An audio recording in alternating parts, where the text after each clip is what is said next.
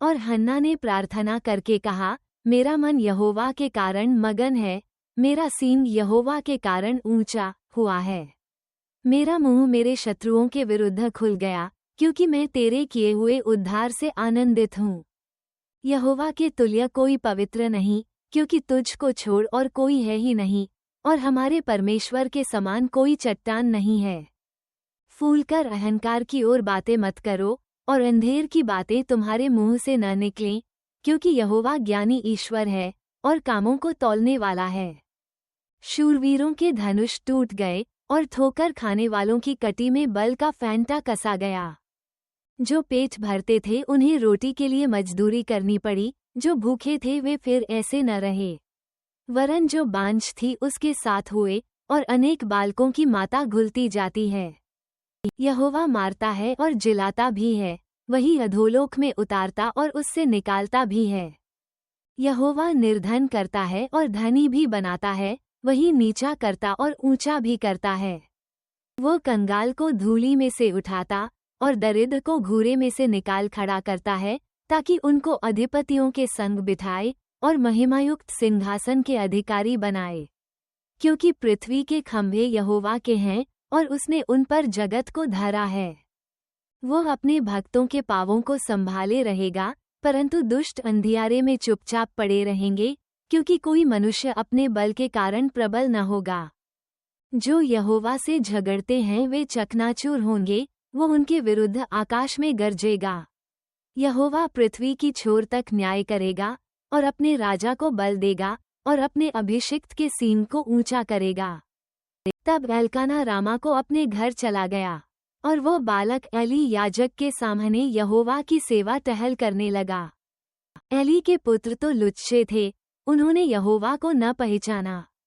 और याजकों की रीति लोगों के साथ ये थी कि जब कोई मनुष्य मेलबलि चढ़ाता था तब याजक का सेवक मांस पकाने के समय एक त्रिशूली कांटा हाथ में लिए हुए आकर उसे कड़ाही व हांडी व हंडे व तसले के भीतर डालता था, और जितना मांस कांटे में लग जाता था उतना याजक आप लेता था। यूं ही वे शीलो में सारे इस्राएलियों से किया करते थे जो वहां आते थे। और चर्बी जलाने से पहले भी याजक का सेवक आकर मेलबलि चढ़ाने वाले से कहता था कि कबाब के लिए याजक को मांस दे, वह तुझसे पका हुआ नहीं, कच्चा ही मांस लेगा। और जब कोई उससे कहता कि निश्चय चर्बी अभी जलाई जाएगी, तब जितना तेरा जी चाहे उतना ले लेना, तब वह कहता था, नहीं अभी दे, नहीं तो मैं छीन लूंगा। इसलिए उन जवानों का पाप यहोवा की दृष्टि में बहुत भारी हुआ, क्योंकि वे मनुष्य यहोवा की भेंट का तिरस्कार करते थे। परंतु शमूएल जो बालक था सनी का एपोद पहने हुए यहोवा के सामने सेवा टहल किया करता था। और उसकी माता प्रति वर्ष उसके लिए एक छोटा सा बागा बनाकर जब अपने पति के संग प्रति वर्ष की मेलबलि चढ़ाने आती थी तब बागे को उसके पास लाया करती थी। और एली ने एल्काना और उसकी पत्नी को आशीर्वाद देकर कहा, यहोवा इस अर्पण किए हुए बालक की संति जो उसको अर्पण किया गया है तुझको इस पत्नी से वंश दे। तब वे अपने यहाँ चले गए। और यहोवा ने हन्ना की सुधि ली, और वह गर्भवती हुई और उसके 3 बेटे और 2 बेटियां उत्पन्न हुई। और शमूएल बालक यहोवा के संग रहता हुआ बढ़ता गया। और एली तो अति बूढ़ा हो गया था, और उसने सुना कि मेरे पुत्र सारे इस्राएल से कैसा कैसा व्यवहार करते हैं, वरन मिलाप वाले तंबू के द्वार पर सेवा करने वाली स्त्रियों के संग कुकर्म भी करते हैं। तब उसने उनसे कहा, तुम ऐसे ऐसे काम क्यों करते हो? मैं तो इन सब लोगों से तुम्हारे कुकर्मों की चर्चा सुना करता हूँ। हे मेरे बेटों, ऐसा न करो, क्योंकि जो समाचार मेरे सुनने में आता है वह अच्छा नहीं। तुम तो यहोवा की प्रजा से अपराध कराते हो। यदि एक मनुष्य दूसरे मनुष्य का अपराध करे तब तो परमेश्वर उसका न्याय करेगा, परंतु यदि कोई मनुष्य यहोवा के विरुद्ध पाप करे तो उसके लिए कौन विनती करेगा? तो भी उन्होंने अपने पिता की बात न मानी, क्योंकि यहोवा की इच्छा उन्हें मार डालने की थी। परंतु शमूएल बालक बढ़ता गया और यहोवा और मनुष्य दोनों उससे प्रसन्न रहते थे। और परमेश्वर का एक जन एली के पास जाकर उससे कहने लगा, यहोवा यूं कहता है कि जब तेरे मूलपुरुष का घराना मिस्र में फिरौन के घराने के वश में था, तब क्या मैं उस पर निश्चय प्रकट न हुआ था? और क्या मैंने उसे इस्राएल के सब गोत्रों में से इसलिए चुन नहीं लिया था कि मेरा याजक होकर मेरी वेदी के ऊपर चढ़ावे चढ़ाए और धूप जलाए और मेरे सामने एपोद पहना करे?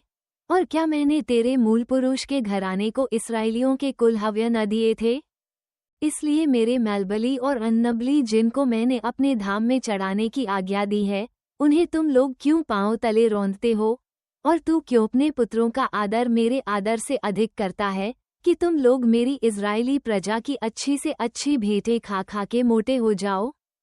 इसलिए इस्राएल के परमेश्वर यहोवा की यह वाणी है कि मैंने कहा तो था कि तेरा घराना और तेरे मूल पुरुष का घराना मेरे सामने सदैव चला करेगा, परंतु अब यहोवा की वाणी यह है कि यह बात मुझसे दूर हो, क्योंकि जो मेरा आदर करे मैं उनका आदर करूँगा, और जो मुझे तुच्छ जाने वे छोटे समझे जाएंगे।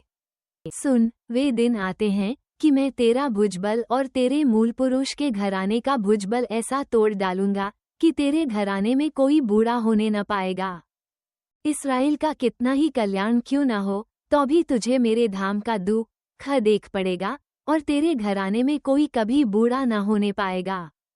मैं तेरे कुल के सब किसी से तो अपनी वेदी की सेवा न छीनूंगा, परंतु तो भी तेरी आंखें देखती रह जाएंगी और तेरा मन शोकित होगा, और तेरे घर की बढ़ती सब अपनी पूरी जवानी ही में मर मिटेंगे। और मेरी इस बात का चिन्ह व विपत्ति होगी जो होप्नी और पीनहोस नाम तेरे दोनों पुत्रों पर पड़ेगी, अर्थात वे दोनों के दोनों एक ही दिन मर जाएंगे।